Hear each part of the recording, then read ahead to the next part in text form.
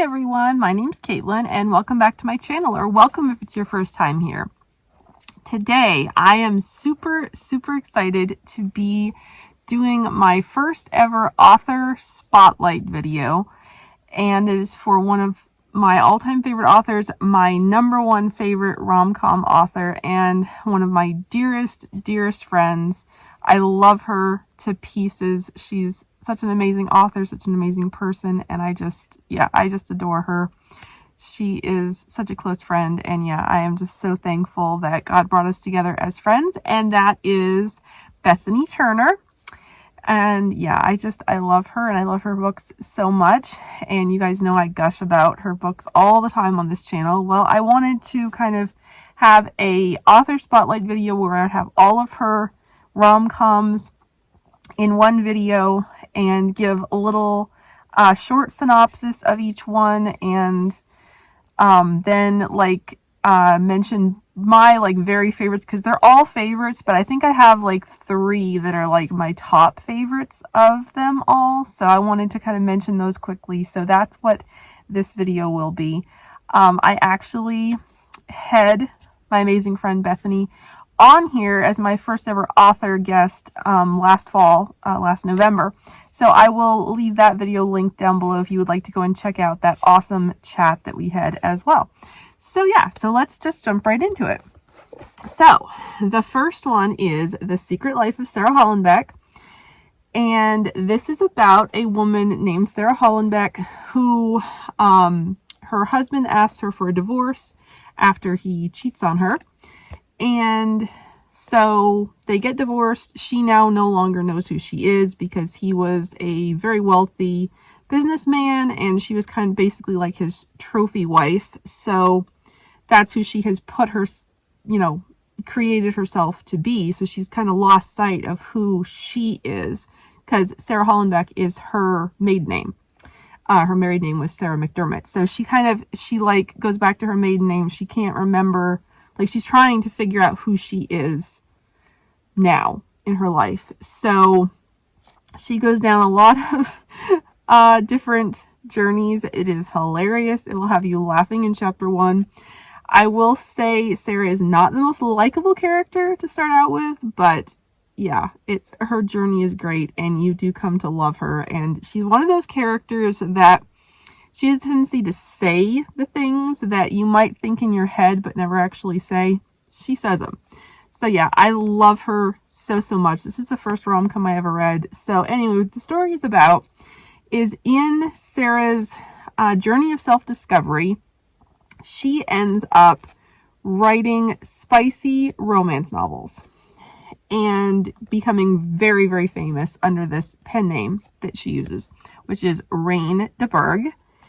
And then a friend of hers leads her to Christ. And so, the questions of, okay, what's going to happen now? Because I obviously cannot keep putting these books out there, but I still have books on my contract. So what am I going to do? And the first day at her new church, she meets the pastor. His name is Ben. He is awesome. And promptly falls in love with him. So this book, I just love it with my whole heart. It is so good.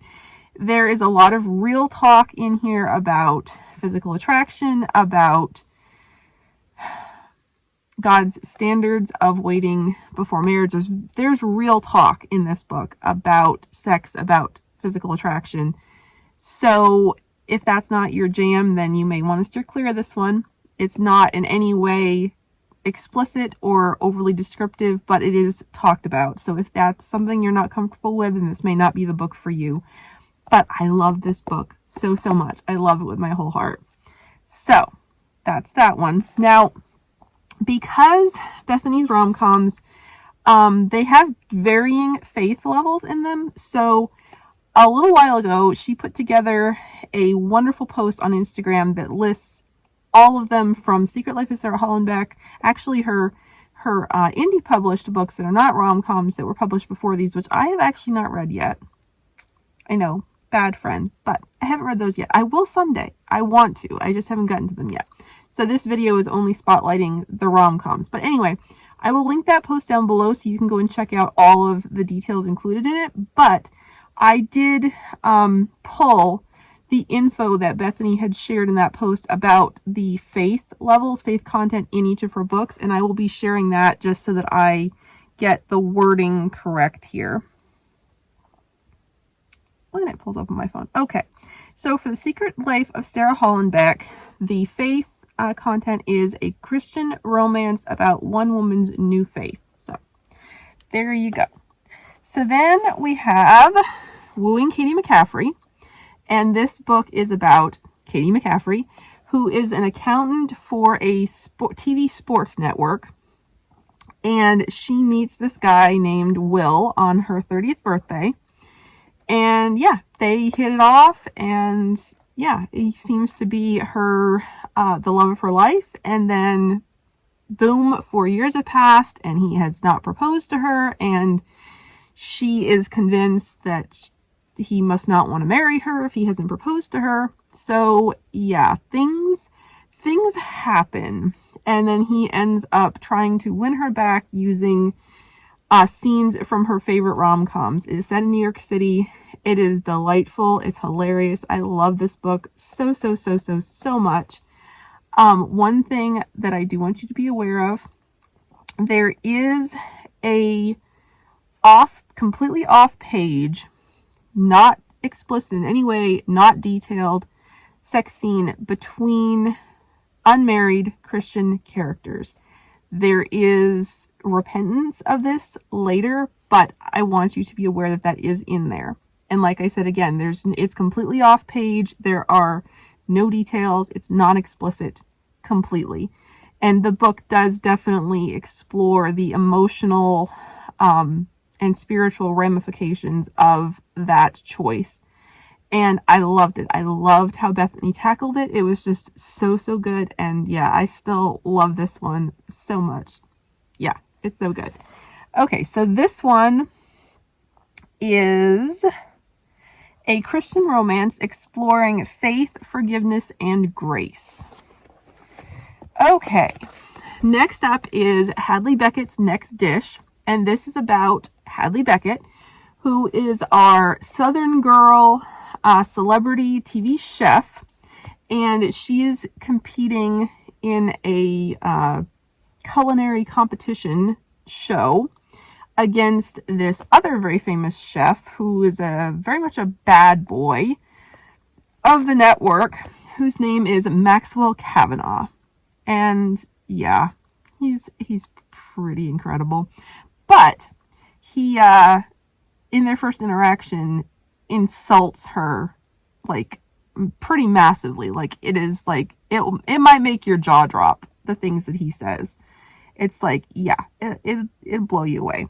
So, anyway, some time passes after this, and then he ends up showing up at her door, and there ends up being this scenario in which they have to work together on a project for the network, and they end up falling in love throughout the process of that. It is a bit enemies to lovers, but like not totally enemies to lovers. So yeah, I loved this one so much. It is hilarious, as with all of Bethany's books, and just delightful. And I love Max and Hadley so much. And yeah, so highly recommend this one.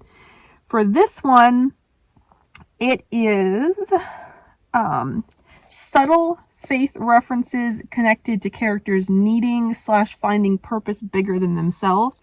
And I would also add that there is an excellent and very beautiful story of living out the forgiveness that Jesus tells us to offer to others. And it may not be overt per se, but the way Hadley does that, the way she lives that out, is just absolutely beautiful and incredibly inspirational to the reader. So I highly recommend it.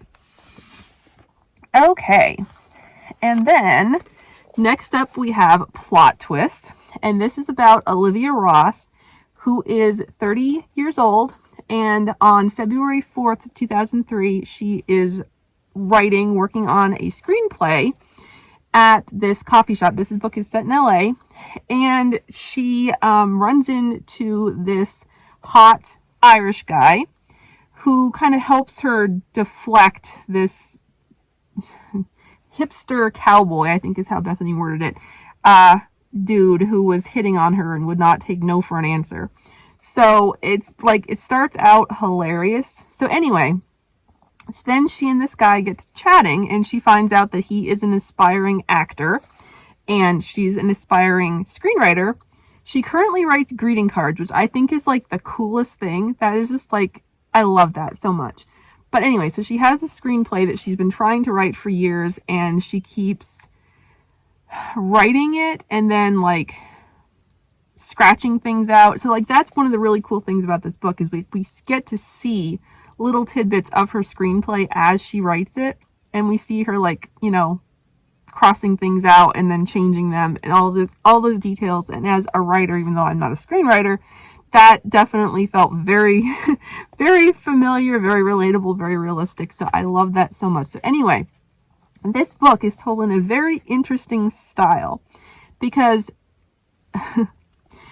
Olivia and this guy, they end up not getting each other's names, but they make a pact to, in support of each other's dreams, meet again in 10 years at this same coffee shop.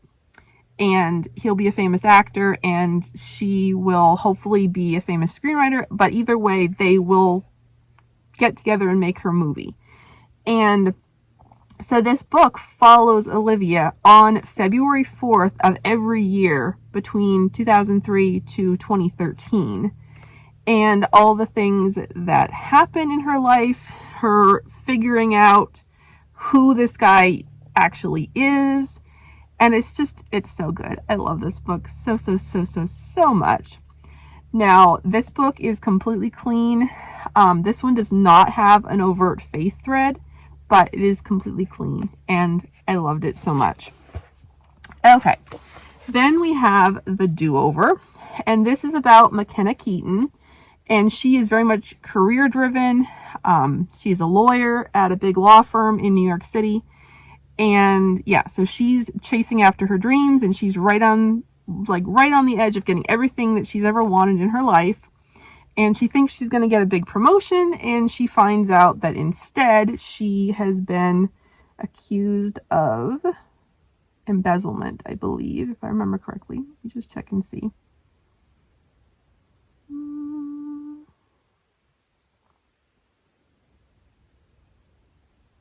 Yeah, I think that's right. Pretty sure that's right. Anyway, so she's being put on suspension from her job, so she goes home to visit her family in North Carolina and ends up reconnecting with one of her best friends from high school.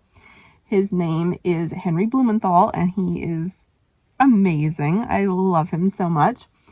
And he is now a famous documentarian. And yeah, he looks like he stepped out of an Eddie Bauer catalog. So this is their story. So it's kind of, it is a story as well of McKenna's relationships with her family, with her parents and her two sisters and brother-in-law. And yeah, it's really good. It's really good. I love it so much. It's like there is also another really interesting storyline in which I believe, yeah, McKenna is 38 at this point, and it turns out there is like a rumored family curse that all of the single women in her family, all these single women throughout her ancestry, have died at the age of 40 if they were still unmarried by the time they were 40.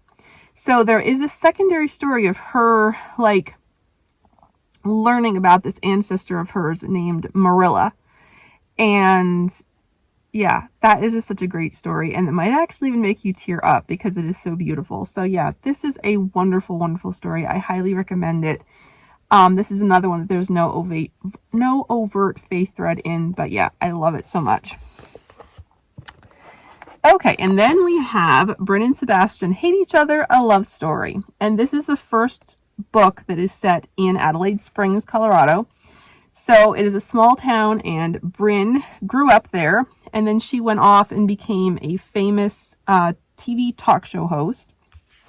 And the book starts out with her, she's known as America's ray of sunshine.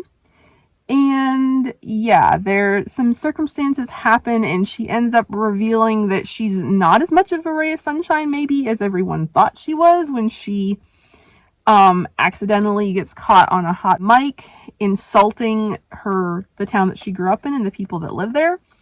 So yeah, she has to go back to this town to make nice and try to smooth things over for the media with the people in the town that she grew up in.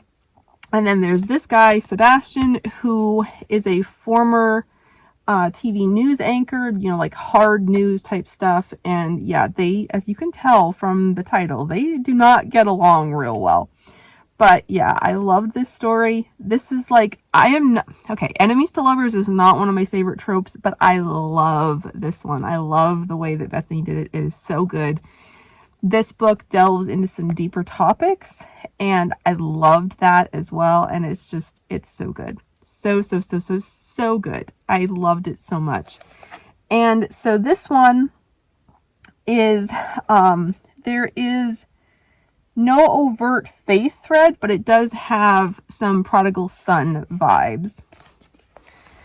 Okay, and now we have Cole and Laila are just friends, a love story. And this one is about characters that we first meet in Brynn and Sebastian Hate Each Other. There was this high school class of 5, the year that Brynn graduated. So Brynn was one, Cole and Laila were also, and then the characters in the 3rd book, Wes and Addie, were the 4th and 5th students in their class. And so this is Cole and Laila's story. They are the best of friends. They are the 2 that have stayed in Adelaide Springs, as the other 3 have sort of flown the coop and gone off to do their own lives. And yeah, they are best friends. They literally talk about everything, but that is literally all they are. Like, there's never been anything other than platonic friendship between them. But yeah, when something happens in Cole's life, and he's basically betrayed by a family member, and he gets the opportunity to go to New York City about potentially getting a job there, which would mean he would be leaving Adelaide Springs, which of course doesn't really sit well with Laila, because she can't imagine him not being there every day. So they go on a trip together to New York City to visit Brynn and Sebastian. And so it's so good. This book is just so heartwarming and just joyful. Like, joyful is the word that always comes to mind to describe this book. And yeah, so they go there, they visit Brynn and Sebastian, and there's lots of amazing touristy things of them going around and seeing the sights and exploring New York City. And it's so fun. I just love this book so much. It's just such a ray of sunshine and just such a fun time. I love it. So it is friends to lovers, and there is a little bit of fake dating in this book, which is just delightful. And it just makes me smile and warms my heart every time I think about how that element came in here, because it's just so much fun. And so, yeah. So, of course, with all of these, I highly, highly recommend this one. And this is another one that does not have an overt faith thread, but is completely clean, as with all of Bethany's books. No language whatsoever in any of them as well. Okay, and then we're to the last one, which releases in July, on July 15th, 2025. And this is called Wes and Addie Had Their Chance, a Love Story. So this book, it's not a series, but it does follow Brynn and Sebastian Hate Each Other, and Cole and Laila are just friends, because this is Wes and Addie, the last 2 members of the Adelaide Springs high school class of 2003. And yeah, Wes left Addie at the altar when they were 18 and has not been seen since. And yeah, so she became a CIA analyst and married a guy in the CIA. And Wes became a senator in Connecticut, and he is now running for president of the United States. And Addie is back home after her husband has passed away. And yeah, they end up reconnecting. And will they get back together? You'll have to read the book to find out. But yeah, it's so good. I loved it. I loved it so much. Oh my goodness. So good. Yeah, I can't wait for it to be released so you all can read it, because it is so, so good. And this is another one that has no overt faith thread, but it is very, very good. Completely clean. There are definitely themes of grief in this one. So this is definitely another one that has a little bit of, explores deeper themes in it. So that's something to be aware of as well. So, for my favorites, while I adore all of them, my favorites are probably these three. So, The Secret Life of Sarah Hollenbeck. This is the first rom-com that I ever read. It's what introduced me to the genre. I fell in love with the genre. I fell in love with Bethany's writing. And yeah, it's what led to us becoming friends. It all started with this book. And yeah, so I'll always have a special place in my heart for this book and for Sarah and Ben. Okay, and then plot twist. This book, I just love it so much. I could relate to it so much. And honestly, this book touched me because I had not, prior to reading this book, I had not written anything in, I don't even know how long, a number of years. It had been a number of years. And I was just like I wanted to write, but I was struggling a lot with imposter syndrome and felt like I just couldn't, like I wasn't good at it. And I just I don't know, I had totally misunderstood in thinking that it was a gift that God had given me and that writing was just not going to be, there was no point in it. It was not for me. It was not actually something I was meant to do. And I was just I was so discouraged about writing. And within a couple of months after reading this book, because of this book and because of seeing Olivia following her writing dreams, even though I write stories, I write books, she writes screenplays, but seeing her struggles and her ups and her downs of trying to follow her dreams, and then how it eventually comes about, it just really encouraged me. So within less than, about 2 months after reading this book, I ended up writing a short story completely, and I attribute it 100% to this book, because I don't think I would have started writing again if it wasn't for this book. So it will always have a special place in my heart. And then thirdly is Cole and Laila Are Just Friends. And besides adoring the story so much, because Bethany is a dear friend of mine, she sent me an ebook copy of this book to read very early, the November before it released. And yeah, it was just the ray of sunshine and breath of fresh air that I needed when I was going through a difficult time in life and there were lots of heavy things. And this one just really, it just made me happy. So it will always have a special place in my heart. The story itself and the feelings that it gave me when I desperately needed them. So yeah. So those are my favorites. I would love to know if you have ever read a Bethany Turner book, which ones are your favorites. If you have not, if any of these sound interesting to you. Do you like rom-coms? Anything you want to share in the comments below, and I'll see you in my next video. Bye.